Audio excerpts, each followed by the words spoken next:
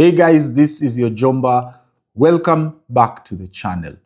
Today is 29th of July 2026 and things are very thick. Mambo ni magumu sana huko Ikulu. President Ruto is under extreme pressure with regards to his re-election of 2027. And so far every day here on this channel, we are trying to analyze and see what kind of tricks or what kind of games President Ruto is playing in an effort to secure his re-election in August 2027. We spoke about Deputy President Professor Kithure Kindiki the other day on the previous episode. And today, I want us to take a different tangent. And today, I want us to take a very good look at the people who make presidents. Kitambo, a long time ago, the presidents of this country were manufactured. We were given Jomo Kenyatta by the colonialists. Wherever he was plucked from, hatujui. But Jomo Kenyatta was not in the freedom struggle. He was not in the Mau Mau struggle.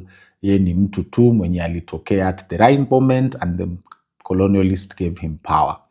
Moi was not supposed to be president or anywhere near the office of the president. Yake ilikuwa ni bahati mbaya ama nzuri. He was appointed as a lame duck vice president and his job was just to it was a placeholder vice president. And unfortunately, or fortunately for him, Jomo Kenyatta died while in office and Moi rose to that seat and he consolidated power around himself and the rest is history. He spent 24 years as president of the Republic of Kenya. We finally got a president who Kenyans elected or Kenyans selected. A president for the people and by the people. And that was none other than Mwai Kibaki, who was voted into office in 2002 in an overwhelming democratic process that crushed KANU. Tukaendelea hivyo until 2013, where again the people's will, in my opinion. This is my personal opinion, my viewer, and I have no idea if you agree with me, but Uhuru and Ruto were not necessarily elected by the people. Kuna vile mchezo ilichezwa 2013, kuna mchezo ilichezwa 2017, and this is one of the reasons why we end up kupewa ile Maina Kiai judgment, whereby result shall be declared at the polling station. It came about because of the 2013 and 2017 elections not being credible and verifiable. It could have been free and fair. But pale ambapo sasa inafika kwa result, mchezo hapo ndio ilikuwa inafanyika because ya hiyo kitu ambayo sasa wabunge in the Elections Act they tried to go around the Supreme Court ruling on the the Constitution's definition of what is a result of an election. A result of an election is declared at the polling station. So mambo ya transmission of that result, because kura ya 2013 na 2017 imeibiwa hapo kwa transmission. So that loophole was sealed in the Court of Appeal judgment ya Maina Kiai, whereby it was made very clear as per the Constitution, the election of any candidate, whether it is an MCA, governor, MP, or women rep, the result is declared at the polling station, and whatever process happens after the polling station is something called public tallying. And tallying ni kitu ambayo kila mtu anaweza kujifanyia. It doesn't need IEBC to do that. So, The only other president mwenye sasa who was elected by the people ni sasa huyu ni William Ruto, who in 2022 won in a free and fair, credible and verifiable process whereby results were declared at the polling station, and whatever happened after was public tallying. And we had several public tallies, and all of them proved that President Ruto won the 2022 election free and fair in a credible and verifiable process. Watu wengine wataanza kukwambia unajua Cherera 4 sijui Chebukati this, Chebukati that. No. You need to start accepting reality, whoever you are watching me from, wherever it is. And I believe my viewers hapa Mwabili Mwagodi TV, we agree that 2022 Ruto alishinda kura. Once you accept that, ni rahisi kujipanga tukiingia kuelekea August 2027. So this is the other president who was elected by the people. And now, after President Ruto took office, amefanya mambo mengi sana. And those things have really affected the people of the Republic of Kenya, whose job is to elect their president. We can talk about the economy, what was done to it. We can talk about the healthcare sector. We can talk about the education sector. We can talk about the energy sector. Bei ya mafuta iko juu sana. Electricity is very high. Kama mimi personally, I'm really struggling with my electricity bills. Electricity yangu mimi ni postpaid na imetoka from an average of 4,000 shillings or 5,000 shillings per month. Sasa hivi imefika between 7 and 8,000 shillings per month for the past 6 months. Since January this year, my electricity bill may shoot up by over 30%. And I am really struggling with these things. So there are very many things that President Ruto have done that have completely sent Kenyans into poverty. And many of you will tell me, no, these are the reasons why Wakenya hawamtaki. But let me tell you one thing. I travel a lot around this country in the creation of content for this channel, for you, my viewers. And I always meet people, average Kenyans. Kuna mtu aliniuliza, what does average mean? And I don't mean like to disrespect Kenyans out there, but when I say average, I mean, yani yule mtu ambaye anapiga kura, the decision maker. Nimeenda Karatina in Nyeri County, nimeenda Marima in Tharaka County, nimeenda Taita Taveta, nimeenda Taita Taveta, you have met the people from there. Nimeenda Kiambu hapa county, you know, nimeenda wapi kwingine. Githunguri, I have been in Githunguri where I was attacked by goons. And there I meet the voter, the decision maker. And guys, do you know what the average Kenyan is saying? The average Kenyan is saying that huyu president ni muuaji. Huyu president anateka nyara watoto. Huyu rais anaua watoto. This is the only issue with regards to the 2027 election. Like, people are way past maneno ya sijui SHA, maneno ya education, maneno ya agriculture. Like, right now it is just a simple problem that, look, please, Mr. Ruto, do not kill our children.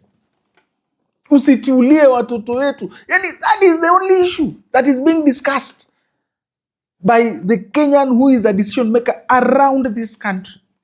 And that is why I told you that, you guys, I need to start now touring the remotest parts of this country, meeting those people and putting them on your screens for you to just have a feeling of how angry and how hostile the people of the Republic of Kenya are at President Ruto.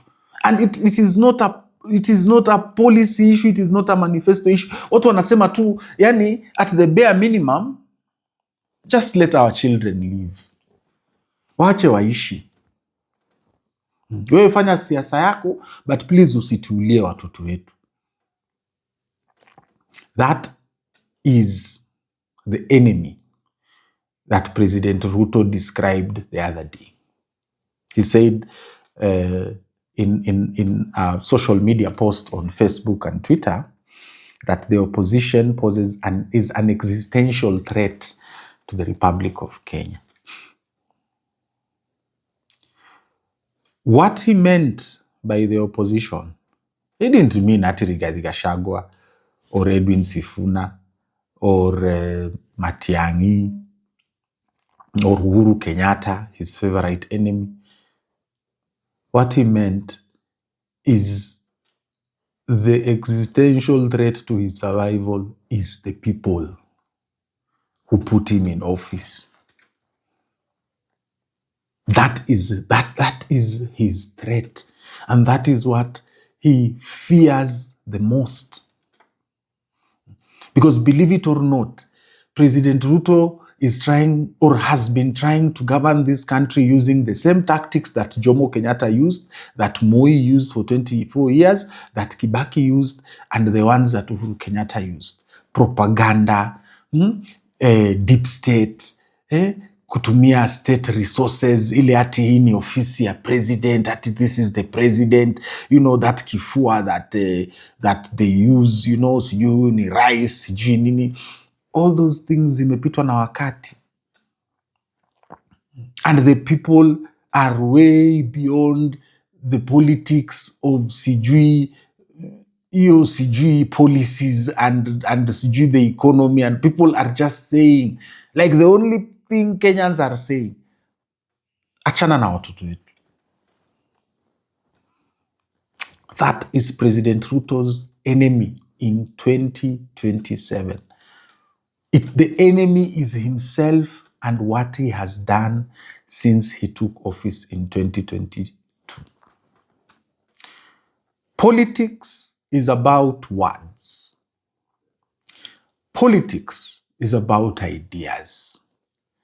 What you are expected to do when you are a political leader is to use words to persuade one person to vote for you in an election. Sadly, President Ruto, after he took office, he decided that words have become a problem to his governance, and he started going after young Kenyan citizens for what they said on social media about him and his government.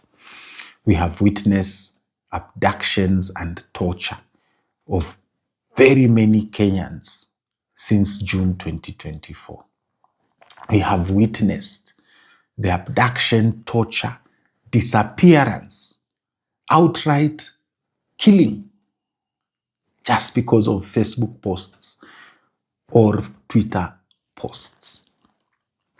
We have seen young Kenyans being shot and killed in broad daylight because they were protesting and saying reject the finance bill and Ruto must go. That is the record that President Ruto is competing against. He is not competing against Edwin Sifuna. He is not competing against Matiang'i. He is not competing against Uhuru Kenyatta. President Ruto is not competing against any Rigathi Gachagua out there. He is competing against his own record. And the people of the Republic of Kenya are judging him with his own record. And the only thing President Ruto has excelled at, yenye wananchi wanasema sasa hivi, ni kuua watoto wa Kenya. That is the sad reality of President Ruto's re-election bid for 2027. And I can guarantee you, my people, President Ruto knows it is over. And right now, the only thing he's left with is trying to clutch at straws, akijaribu asizame. But hata wale watu wamemzunguka, each and every one of them knows that 1 year into the election, 12 months, exactly 12 months to the election of 10th August 2027,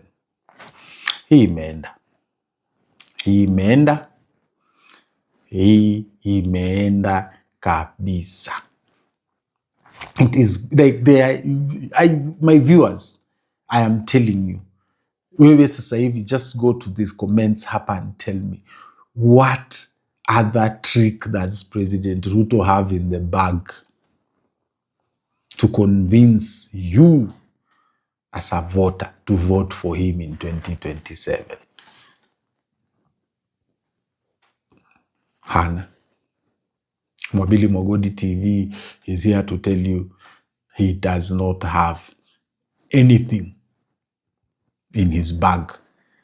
The people do not want the money he steals. The people do not want his fake projects. Affordable housing, unaenda kujenga Funyula, unaenda kujenga affordable housing Voi. Nani alikuambia mimi Voi niko na shida ya nyumba? Nyika sisi tunapambana, mbuzi zetu na ng'ombe zetu zinakufa. Badala utuletee maji utuchimbie boreholes, wewe unakuja kutuchegea affordable housing. So tupandishe ng'ombe huko 20th floor na mbuzi zikuje kulala huko 20th floor kwa 1 bedroom. President Ruto, unacheza siasa zile za kudhania ya kwamba mpiga kura ni mjinga. President Ruto is playing the politics whereby the leadership used to ilikuwa inabeba mwananchi kama ni mjinga. Hiyo era ilipita. Sasa hivi you are competing with a voter who is very well informed of their right, a voter who is very well informed of what is going on in this country, and a voter who the only thing they want is you stop killing their children. This is your Jomba Mwabili Mogodi. Thank you very much. Please like my content every time you watch it. Share it with your friends and family. And most importantly, keep this conversation going hapo chini kwa comments. Asanteni sana.